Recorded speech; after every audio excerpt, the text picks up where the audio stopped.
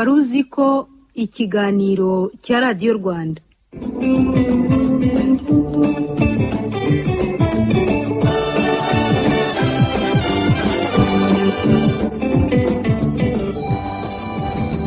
Tubashimiye ko murimo kutwumva. Uyu munsi intambara zikomeye abatuye isi barwana ntabwo ari intambara zo guhangana hagati yabo bakoresheje intwaro, ahubwo ni intambara zibera mu mitwe yabo. Tubabazwa kandi tukavunika cyane mu bitekerezo kurusha uko tubabara mu buzima busanzwe. Ibibazo byuzuye imitwe yacu bituma bamwe baseka ku isura nyamara imbere muri bo barira, abandi bakarira ku isura imbere muri bo baseka, bifitanye isano ya hafi n'imibereho n'imibanire y'abantu muri iki kinyejana cya 21. Iyi mibereho n'imibanire y'abantu ariko nayo ntabwo ari mishya kubera ko byose bisa n'ibyanditse mu mubiri wa buri muntu. Twese uko twakabaye kuva ku muto kugera ku mukuru, abakomeye n'aboroheje, dukunda kugira ububasha ku bandi. Dukunda kubahwa, kumva ko ufitiye abandi akamaro kandi kuba kubuze batarokoka. Ko utameze nkabo, ko uri igihangange, ukaba mwiza kandi ukagira ubwenge bubeshejeho abandi bose basigaye. Kumva ko nta bubasha ufite ku bandi ni imwe mu myiyumvire mibi cyane umuntu ashobora kugira. Niho havuye ijambo agasuzuguro no kwanga agasuzuguro.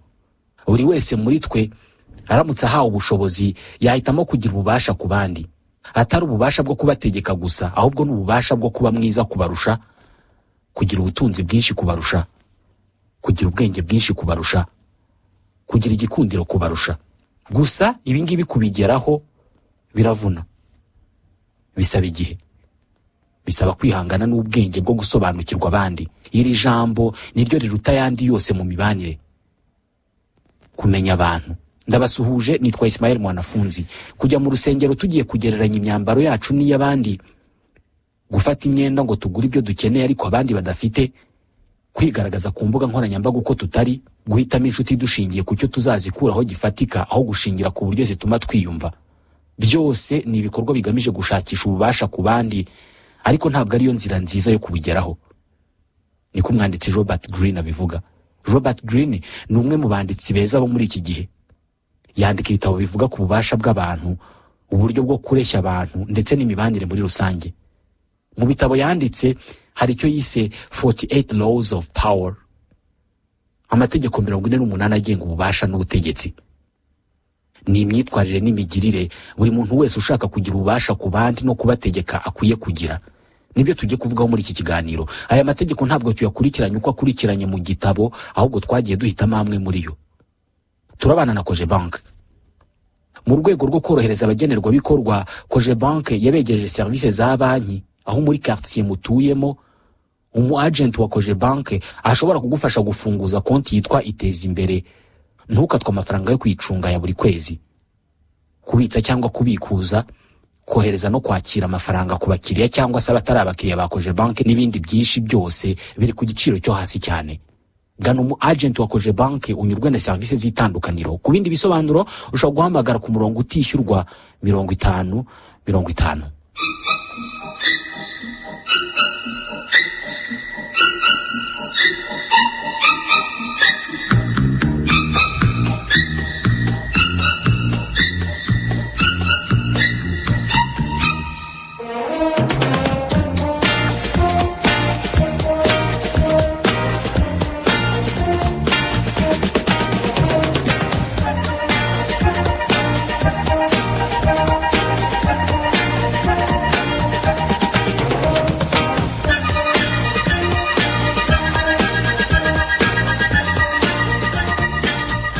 Ntuzashyire icyizere cyinshi mu nshuti. Iga no gukoresha abanzi bawe. Guhemukirwa n'inshuti zawe biroroshye cyane kuko ziyo mu mwanya uzorohereza kugwa mu ishyari ry'ibyo ufite. Mu rwego rw'akazi n'umurimo ukwiye kugira byinshi byo kwishisha no gutinya ku nshuti kurusha ibyo utinya ku banzi bawe. Hagati mu kinyejana cya 9 mbere ya Yezu, umusore witwaga Michael wa gatatu yagiye ku ngoma y'ubwami bw'abami bwa Byzanta. N'ubwami bwari mu burasirazuba bwa Roma. Nyina wa Michael wa gatatu, umwamikazi Theodora ndetse n'umugabo bakundanaga witwaga Theoptistos, bari barishwe bigizwemo uruhare na nyirarume wa Michael wa gatatu witwaga Bardas, washakaga ko Michael ajya ku ngoma. Bardas yari umugabo w'umuhanga cyane kandi ufite ubushake bwo kuzakora ibintu byinshi bikomeye. Michael yisanze ku bwami akiri muto, atanafite uburambe mu kuyobora kandi azengurutswe n'abamwungirije benshi bamaze imyaka myinshi mu buyobozi, barimo n'abazobereye mu gukora amabi. Mu bihe nk'ibi Michael yari akeneye umuntu ashobora kwizera nk'umujyanama we. Kuri iyi ngingo ibitekerezo bye byose yabyerekeje kuri Basilius. Uyu yari inshuti ye magara. Gusa Basilius nta burambe na buke yari afite muri politike, ariko inshuro nyinshi yari yareretse Michael ko amukunda kandi ko atamuhemukira. Inshuro nyinshi yari yaramurokoye, yaramuhaye impano, yaramukoreye n'ibindi bikorwa byinshi byatumye Michael atekereza ko Basilius ari inshuti y'indahemuka. Ubwo yari akimara kuba umwami rero, yumvise nta wundi mujyanama yagira iruhande rwe utari Basilius, inshuti ye. Yamukundaga nk'umuvandimwe. Bamugiriye inama zo guhitamo nyirarume Bardas, wari ufite uburambe mu bya politike, ariko Michael yahisemo inshuti ye. Basilius yize vuba cyane ku buryo bidatinze yatangiye kugira inama umwami ku ngingo zitandukanye zirebana n'imibereho y'igihugu. Ikibazo cyonyine cyavutse cyaje kuba amafaranga. Basilius ntabwo yigeze yabona muhagije. Guhora ibwami mu buzima bwiza, abona icyo ashaka cyose igihe agishakiye, byamwongerera inzara y'ubutunzi ndetse n'ubutegetsi n'ububasha.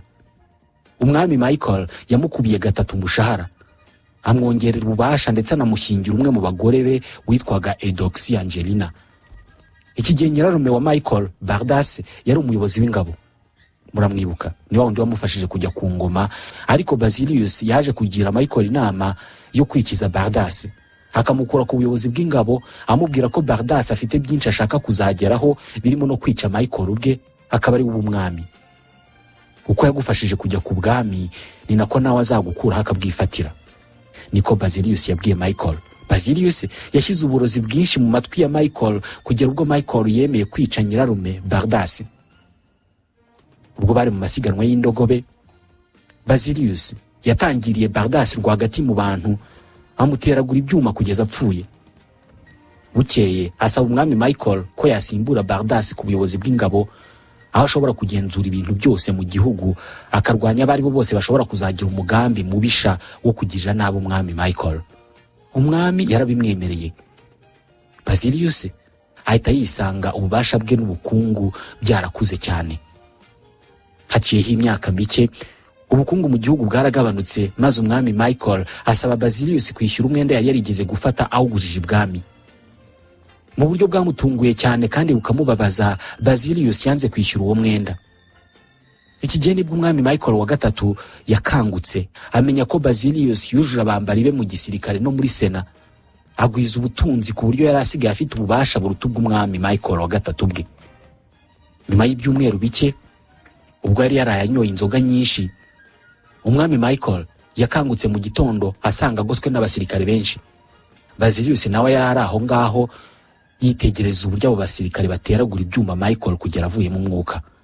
Hanyuma Basilius amaze kwitangaza nk'umwami mushya wa Byzantin, yurira indogobe ye anyura mu mihanda ya Byzantin yose afite umutwe w'uwahoze ari inshuti ye magara, umwami Michael yari amaze kwica. Michael yubakiye ahazaza he ku cyizere cy'uko ibyiza azagirira inshuti ye Basilius azabyiturwa, bityo Basilius akaba yazamurengera mu bihe runaka.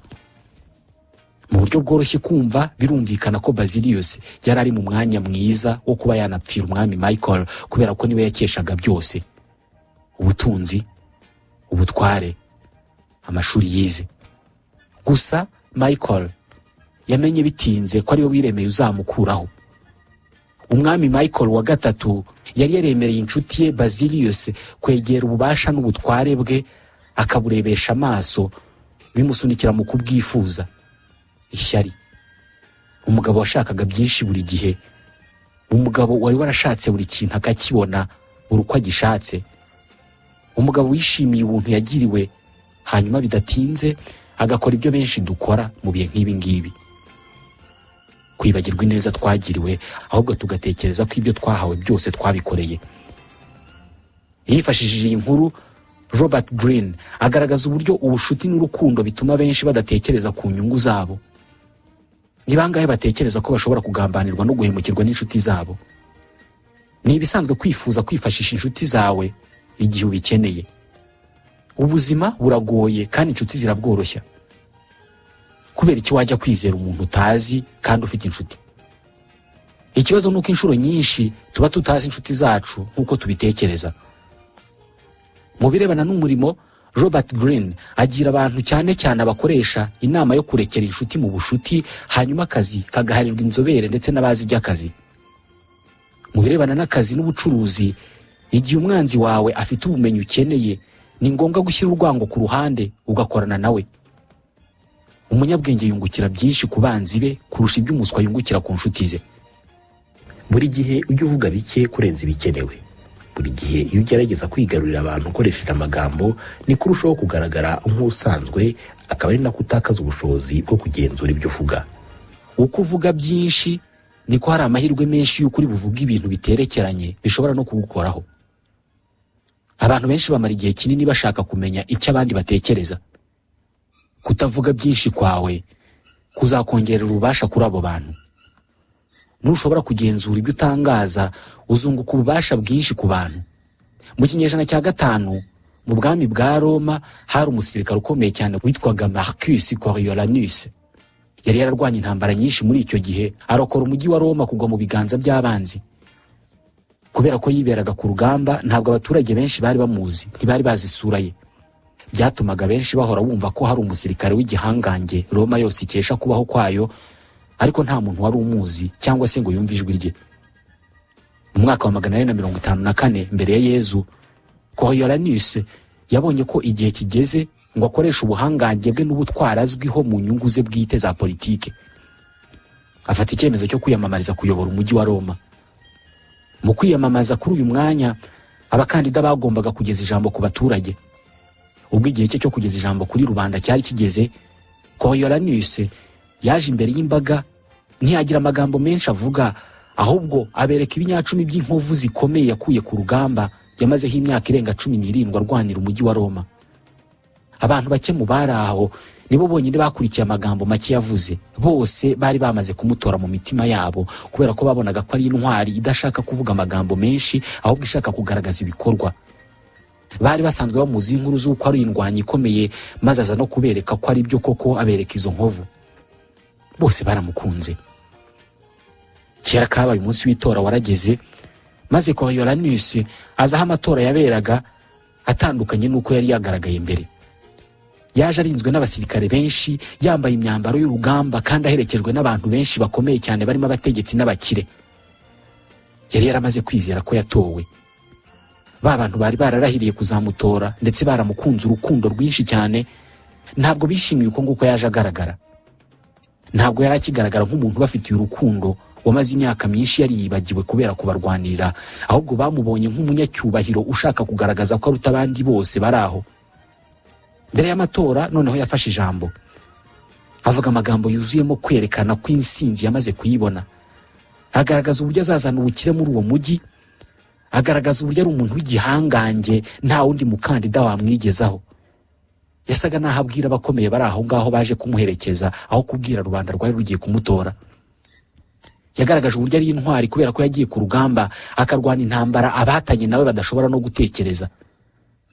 Amakuru y'imbwirwaruhame ye ntabwo yatinze gukwirakwira muri Roma yose, maze abaturage bose biyemeza gukora ibishoboka byose ngo ntatorwe.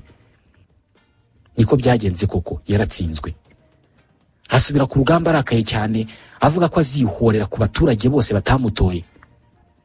Nyuma y'ibyumweru bike, mu gihugu hari haradutse inzara, maze haza kuboneka ibinyampeke byinshi byo guha abaturage bashonje. Abasenateri biyemeza kubitanga mu baturage, ariko mu gihe bari bagiye gukora itora ryo kubitanga, Coriolanus yaraje ababwira ko gutanga ibyo biryo byagira ingaruka ku mujyi wose. Abasenateri koko batangira gushidikanya kubitanga.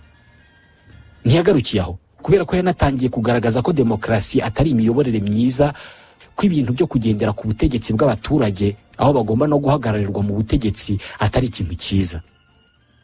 Ibi byose abaturage barabimenye, batangira kwigaragambya basaba ko Coriolanus azi imbere yabo akabasaba imbabazi.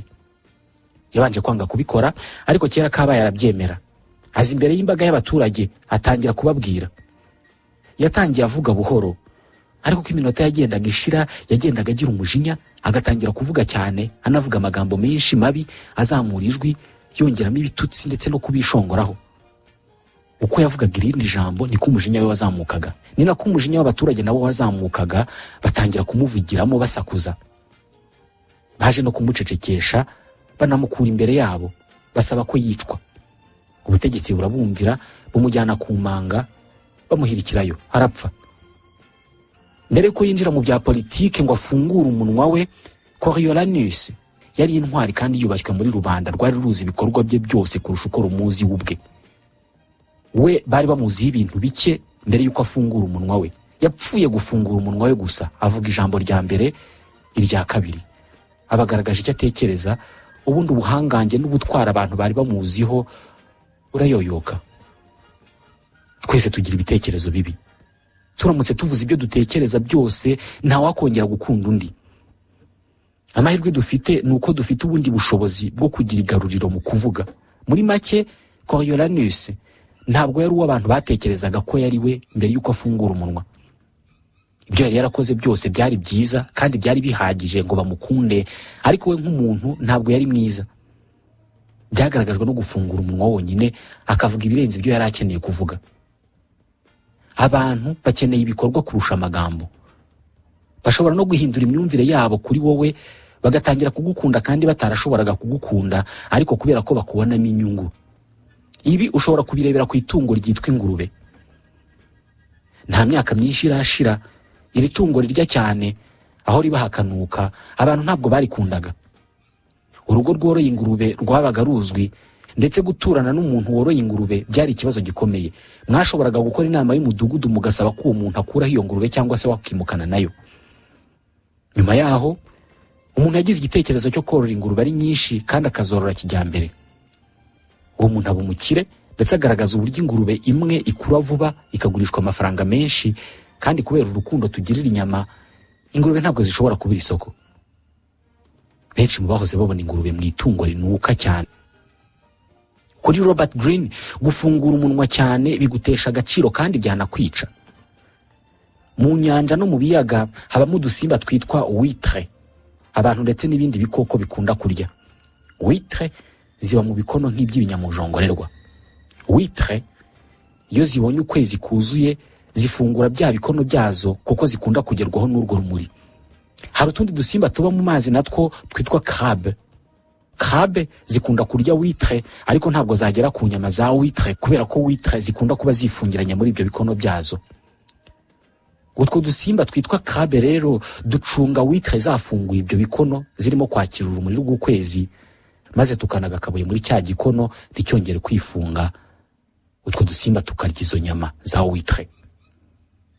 Uko ni nako bigendekera umuntu ufungura umunwa we cyane, akishyira mu biganza by'abamwumva. Aya ni amagambo ya Leonardo da Vinci, umushushanyi n'umuvumbuzi w'umutaliyani wo mu kinyejana cya 16. Aya mategeko cyangwa se imyitwarire ivugwa muri iki gitabo ireba cyane cyane abafite inshingano zo kuyobora abandi. Ni inama zibafasha kongera ububasha n'ubuhangange bwabo. Amwe muri aya mategeko iyo ukiyumva uhita wumva ko bigoye kuyakurikiza mu buzima busanzwe. Uzakore ku buryo abandi bakora mu mwanya wawe, ariko akaba ari wowe ubishimirwa. Koresha ubwenge n'ubuhanga bw'abandi mu nyungu zawe. Ibi usibye kukurokorera igihe n'ingufu, bizanaguha ububasha butagira ingano. Abagufashije bazibagirana, ariko wowe uzibuka iteka ryose. Ntuzigere na rimwe wikorera ibyo abandi bashobora kugukorera. Mu 1883, umujene w'umunyaserbia witwaga Nikola Tesla yakoreraga ishami ry'uburayi ry'ikigo cy'abanyamerika cyari kizobereye cyane mu kubaka ibikorwa remezo by'amashanyarazi, Continental Edison Company. Tesla yari umuhanga cyane w'umuvumbuzi mu by'ikoranabuhanga. Iki kigo yakoreraga cy'abanyamerika cyayoborwaga na Charles Batchelor. Batchelor yari inshuti ya Thomas Edison. Edison yari we nyiri Continental Edison Company, boss wa byose nyine. Batchelor yakunze cyane Tesla maze aza kumuhuza na Edison, ari we boss wa bose. Edison akibona Tesla, akibona uburyo ari umuhanga, ahita afata icyemezo cyo kumuha akazi ko gukorera New York. Tesla atangira kujya akora amasaha 18 ku munsi, kubera ubuhanga bwe yasabye boss kumwemerera akavugurura dinamo zari zaravumbuwe n'iki kigo zikora ibirebana no gukora amashanyarazi. Thomas Edison ahita yumva uburyo ko ngako kaba ari akazi gakomeye cyane kubera ko abandi ba engineer batari kugashobora. Aramubwira ati ibyo nuramuka ubishoboye nzaguha $50,000 by'amadolari. Tesla yarabikoze avugurura izo dinamo. Agiye kwishyuza boss $50,000, boss Edison aramuseka cyane aramubwira ati Tesla ugomba kuba udasobanukiwe uburyo abanyamerika dutebya. Cyakora yamwongeje umushahara. Inkuru yakwiriye hose ko Edison yavumbuye ubwoko bushya bwa dinamo. Ibyuko byaba byarakozwe n'umu-engineer witwa Tesla nta n'ijambo na rimwe. Intego Tesla yari afite kwari ukuzavumbura uburyo umuriro w'amashanyarazi wajya ukora ugenda mu nsinga ariko ukaba wahindura ibyerekezo n'ingufu courant alternatif. Icyari igitekerezo cyiza cyane ariko Edison yanze kukimufashamo ngo akore ubu bushakashatsi ndetse yakoze byose nkamuca intege, nyamara yarabibonaga ko ari igitekerezo cyiza. Tesla yahise yegera umukire witwaga George Westinghouse amusaba kumutera inkunga muri ubwo bushakashatsi. Westinghouse yemeye kumufasha, basinyana amasezerano y'uko ubwo bushakashatsi nibubyara umusaruro bazajya bagabana inyungu. Barabikoze ndetse ubushakashatsi bwe bubyara umusaruro. Ubuvumbuzi buramenyekana cyane ariko bivugwa ko bwakozwe na Westinghouse kubera ko ari we wabutanzeho amafaranga ye. Hashize iminsi Westinghouse afata icyemezo cyo kugurisha ibyavuye muri bwa bushakashatsi kubera ko ari nawe wari wabwishyuye. Gusa yahaye Tesla $216 by'amadolari. Imikorere y'amashanyarazi dukoresha uyu munsi ndetse na radio ubwayo yituvugiramo ibyinshi birebana n'umusingi w'ibi bikorwa tubikesha ubuvumbuzi bwa Nikola Tesla. Ariko ubwo buvumbuzi bwitiriwe abakoresha be. Mu 1917 Nikola Tesla yari umukene nyamara yaravumbuye byinshi mu byabyaye ikoranabuhanga ryari rigezweho icyo gihe. Yabwiwe ko bagiye kumuha umudari witiriwe Edison kubw'uruhare yagize mu buvumbuzi bwateje imbere amashanyarazi ku isi. Uyu mudari Tesla yarawanze arababwira ati muransaba ko nemera mukampa icyubahiro mu mudari mwomeka ku mwambaro wanjye nkahagarara imbere y'abakozi banyu mu gihe cy'isaha yose. Ari bishoboka iyo mitako mwanayishyira ku mubiri wanjye wose ariko mukawureka ugakomeza kuzongwa n'inzara, nyamara mwananiwe gushimira ubwonko bwanjye bwashyizeho umusingi ibyo bigo byanyu byubakiyeho. Nikola Tesla yizeraga ko siyanse nta ihurira na politike ndetse no kumenyekana. Gusa uko yagiye akura yagiye abona ko ibi ngibi ari byo bizamwica. Edison yari ikinyuranyo cya Tesla. Ntabwo yari afite ubuhanga nk'ubwa Tesla muri siyanse. Umunsi umwe yanavuze ko adakwiye kwiga imibare kubera ko naramuka akeneye imibare azahakaza umunyamibare. Yari umucuruzi. Iyo yashakaga kuvumbura ikintu runaka yahagakaza umuhanga ukimuvumburira wakacyitirirwa. Mu birebana n'ubuvumbuzi izina ry'icyavumbuwe rifite agaciro gato ugereranije n'umuvumbuzi. Ibi nibyo Edison yamenye hakiri kare. Ukwiye gukora ku buryo ushimirwa akazi wakoze cyangwa wagize uruhare mu gukora. Ku rundi ruhande yiga gushaka inyungu mu kazi k'abandi. Mu bucuruzi n'inganda buri wese isi y'ububasha n'ubutegetsi imeze nk'ishyamba. Hari abahiga kandi bakica umuhigo, ariko hari n'izindi nyamaswa nk'impyisi n'inkongoro zitungwa nuko hari izindi nyamaswa zahize. Izi ntabwo zikeneye gutekereza cyane ngo zimenye aho umuhigo uva. Icyo zizi ni ugutegereza zihanganye kugeza igihe habonetse indi nyamaswa yica umuhigo. Mu nyamaswa zose zibaho inkongoro niyibona ibyo kurya itavunikiye. Akazi kakozwe n'izindi nyamaswa niko kayitunga. Robert Greene agaragaza ko ku isi hari abantu bameze batya. Badashobora gutekereza kugira icyo bakora ahubwo bategereje ko abakoze bunguka undi bakabariganya ibyabo kuva ku butunzi kugera ku gushimirwa ndetse n'icyubahiro bakoreye. Uzatsindisha abandi ibikorwa byawe aho kubatsinda mu mpaka. Ni iby'agaciro cyane kwemerwa n'abantu hashingiwe ku bikorwa byawe utiriwe unafungura umunwa. Kora wisobanura. Ikibazo cyo kujya impaka nuko iyo zirangiye udashobora kumenya niba bo watsinze wabemeje koko. Bashobora kukwereka ko ari wowe ufite ukuri, nyamara bagera hirya bakavuga ko utava kwizima kandi ko ukunda impaka zango turwane. Amagambo afite ububasha bwo kugira ibisobanuro bitandukanye. Umuntu yaha igisobanuro bitewe nuko yiyumva muri ako kanya. Rimwe na rimwe na nyuma yo kwemeranya n'umuntu twagiye impaka dushobora kugaruka ku bitekerezo byacu bya mbere y'impaka. Buri wese arabizi ko mu gihe impaka zishyushye ushobora kuvuga ikikujemo cyose kugira ngo ushyigikire ibitekerezo byawe. Uzavuga imirongo yo muri Bibiliya utasomye, uvuga imibare utazi niba ariyo.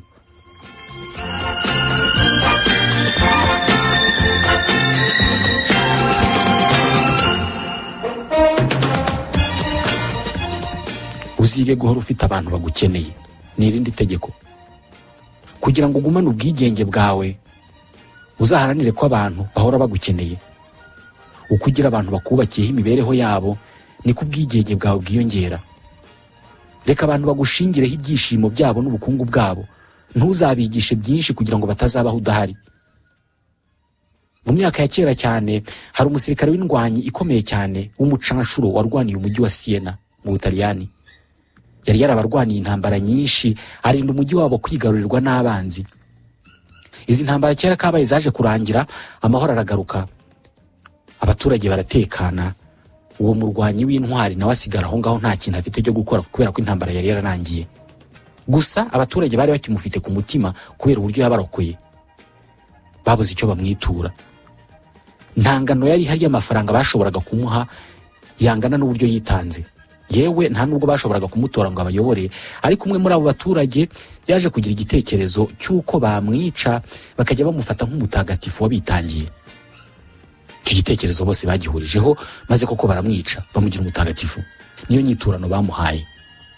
Impamvu nyamukuru yatumye bahuriza kuri iki gitekerezo cyo kumwica ntabwo ari uko cyari igihembo gikomeye cyangwa se cyiza babonye kiruta ibindi, ahubwo nuko nta ntambara yari igihari. Ntabwo bari bakibona umumaro w'uwo musirikare. Mu by'ukuri baramukundaga, ariko muri icyo gihe ntabwo bari bakimwubakiyeho ubuzima bwabo. Iyi ni imwe mu mpamvu Robert Greene atanga inama y'uko umuntu yakubaka imibereho ituma abantu bahora bafite icyo bamukuraho kandi batabona ahandi ahariho hose.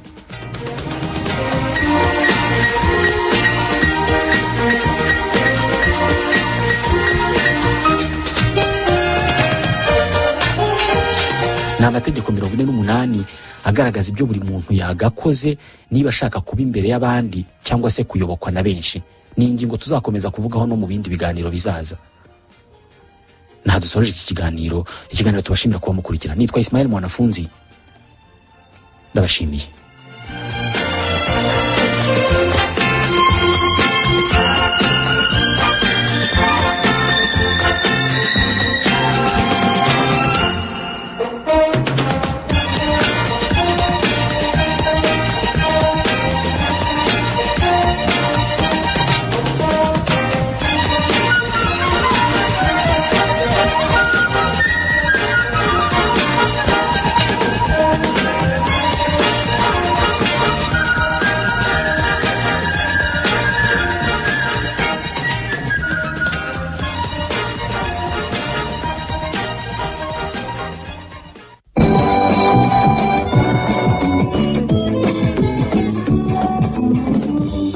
WARUZIKO, ikiganiro cya Radio Rwanda.